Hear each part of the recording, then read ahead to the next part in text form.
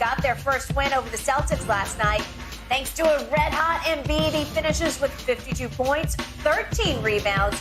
He went 20 of 25 from the floor. Talk about efficient. After the game, Doc Rivers simply said, quote, "The MVP race is over." Shannon, is Embiid now the best player on the planet? No, I'm not taking him over Giannis. What are we basing it on? He doesn't have an MVP, even though he looks like he's going to win this season. 140-point game in the postseason. Giannis has 8 of those. Giannis has a 50-piece in an NBA Finals game. I'm not taking him over Giannis. I'm not taking him over Nikola Jokic because Nikola Jokic already has 2 MVPs. Then is Embiid now the best player on the planet? No, I'm not taking him over Giannis. What are we basing it on? He doesn't have an MVP, even though he looks like he's going to win this season. Giannis has 2 of those. He doesn't have a Finals MVP. Giannis already has 1 of those. He only has 1 40-point game in the postseason. Giannis has 8 of those. Giannis has a 50-piece in an NBA Finals game. I'm not taking him over Giannis. I'm not taking him over Nikola Jokic because Nikola Jokic already has 2 MVPs, something Joel Embiid does not have. And I think moving forward, Skip, I think the new CBA kicks in. All NBA going to be positionless. So you might have 5 guards that's all NBA. You might have 5 centers where you normally had to have 2 guards, 2 forwards, a center, a small forward, a power forward, and center. It's going to be positionless now. So there's a chance that moving forward, Jokic and Embiid might be all NBA. Good for that. But no, he's not the best. Skip, I get it. Look, he's played unbelievable. He won the MVP the last 3 weeks of the season because he took over. I mean, he started having these high 30, 40-point ball games, these 18 rebound ball games, and they were winning. So the last 3 weeks of the season, last month, he's been phenomenal. I won't deny him that. Yep. Giannis has just been phenomenal all year. Jokic has just been phenomenal all year. There is a reason why Nikola Jokic was in the lead. It wasn't because Joel Embiid was playing bad. He just elevated what he was doing. But I'm not taking him over. I'm not taking him over Giannis, and I'm not taking him over Nikola Jokic. I would take KD over him, but KD's injury history is a little bit too great for me. Okay. So I'll leave Joel Embiid there. But I'm not taking him over those 2. Here's what I think. I have told you since the 1st of January, since the year turned over and turned around, this man is the MVP. So I first guessed that, and now I'm going to first guess this. He has now opened the door to give himself the opportunity to prove even to you he's the best player on the planet. But to his credit, he continues night after night to say all the right things. This is all nice. He said last night, yeah, Doc's probably right. I probably won MVP tonight.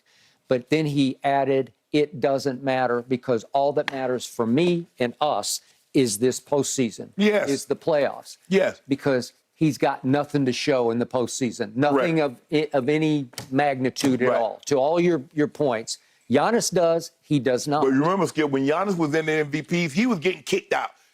He was, because people were building walls until finally Phoenix didn't build a wall. And whatever wall they did build, DeAndre Ayton, he destroyed. Okay. So all the quotes after last night were, this is from Derek White, Celtics, obviously later the Spurs. He said, I think the whole league is trying to figure out how to deal with them right now, and nobody's coming up with a solution. No. Okay, the reason I believe he has a chance to prove in the postseason he's better than Giannis is he is a much better shooter than Giannis, much better. The reason I believe he has a chance to prove in the postseason he's better than Joker is because Joel is a much better defender and rim protector give you that. Than Joker. He's definitely a better two-way player. All right, and quickly, there were 2 blocks that he made in the third quarter that kept the Celtics from breaking away in the third quarter, if we could see those. The first was on Brogdon, the second was on Jason Tatum. Both of them significant because these were chances for the Celtics to go up 3 both times. And then here's Jason Tatum. No, you get that out of here. He protects the rim at a very literal high level. So when you can shoot the way he shoots with the touch that he displays from any distance, I'm talking mid-range or deep range. Right. He will sit down at the three-point line.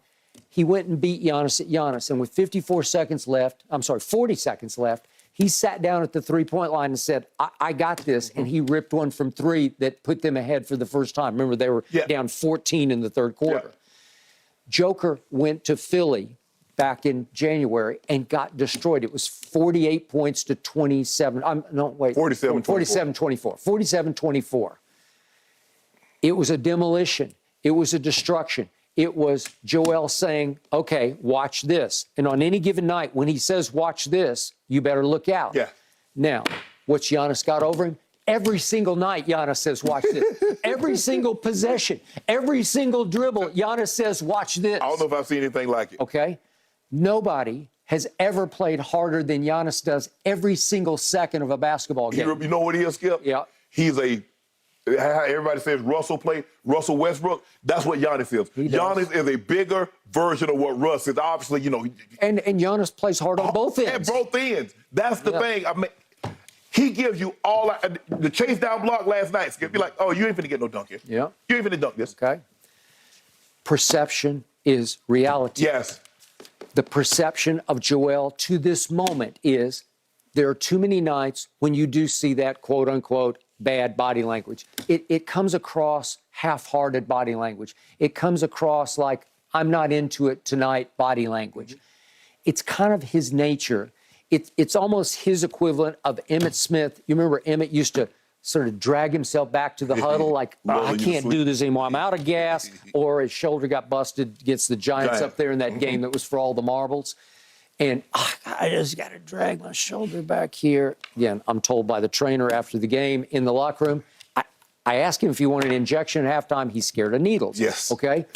It was fine. He did fine with it. I don't know what the pain threshold was. I don't know, but it worked. Because he took the game over. Right. John Madden was so impressed, he went all the way down from the press box to the locker room to shake his hand and say, way to go, young man. Right. Okay. But the body language of Emmitt was always like, I used to call him Emmy, as in winning Emmy Smith, because Emmy Smith would sort of drag back to the huddle like, I'm done. I'm out of gas. I'm beat up. I can't give you any. And there you go again. Right. Okay. Well, Joel has some of that in him because just when you least expect it, the bad body language turns into an explosive dunk. Right. You say, oh, there he is. But on any given night, he just doesn't look like he's playing as hard as Giannis is playing every single dribble. Okay, I will give you that. So now the proof is going to be in the scoreboard pudding. It's going to be, can you do this or can you not? And Joel has grown up enough, matured enough. He's got this where he realizes, I don't care what I've done. This doesn't matter. I believe he would have been just fine finishing second for the third straight year in MVP. Does he want to? Sure, he wants to win it. Did he win it last night? Almost certainly he did. I don't know that for a fact, but he did. I think so. Okay, now what? Does the MVP matter? It doesn't matter. It doesn't mean squat unless you can validate it in the postseason, and I think they have a chance to validate. Can he play the way he did last night in what would it take? 3 straight series to get to the finals. Can he play 21 games if that's required to get him to the finals? Because if he gets to the finals, if he wins the East, because the East is the beast now, because you got Boston and you got Milwaukee, and for that matter, there's still lurking the Miami Heat, and we can go on and on about other teams that could be dangerous. But the point is, Embiid, to me, he has opened the door to best player on the planet because he got everybody's attention. I think last night he got the world's attention, the NBA world's attention, like, okay. Yeah, I think the last month, though, Skip. I mean, he started putting those games. Remember, he had all those big high 30-point games back to back to back. He threw a 44-17, I think, if I'm not mistaken, game in there. And so you're right, it's going to be very interesting when they rank the players. I don't think he'll be where, he's 6th or 7th. I think he's going to be in that top 3. I think after this season, he'll be in the top 3. Now, is it going to be Giannis, him, Joker, Giannis, him, or Embiid? I don't know if Embiid goes to the top spot over Giannis. I think when they re-rank next year, I think Giannis will be back in the #1 spot in front of Joker and Embiid. I told you after Kevin Durant flamed out in 4 straight games. The first round against Boston last year, got swept right out of the playoffs shamefully, and did it woefully. Right. He was just completely overmatched. I said, he is no longer the best player on the planet. Well, I also gave him a little bit of break because I blamed Kyrie's off the court a little more than KD's on the court. Okay. But the point is, KD got out from under. He's got new lease on life. The place he wanted to go was Phoenix. Okay. Now he has a chance to prove in the postseason that he could reclaim best player on the planet. Right. AD's got a chance. Anthony Davis, he's got a chance to make a statement. He's the best player on the planet. And obviously, Giannis, you can argue it's his to lose. Okay. Because I know I'm going to get 172% effort from Giannis every night. Yep.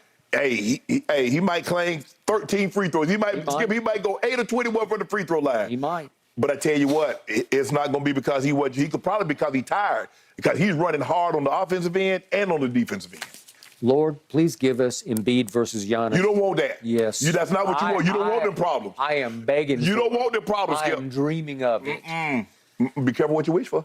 Get your popcorn ready if Be careful what you wish for. Yeah. Guys, Doc Rivers may very well be truthful and accurate in that statement about Embiid. His MVP chances nearly tripled after last night's game, according to Fox Bet Sportsbook. Wow. And of course, Jokic's the Joker. He went the other way from a plus 250 down to a plus 850. Yeah, see, it's over.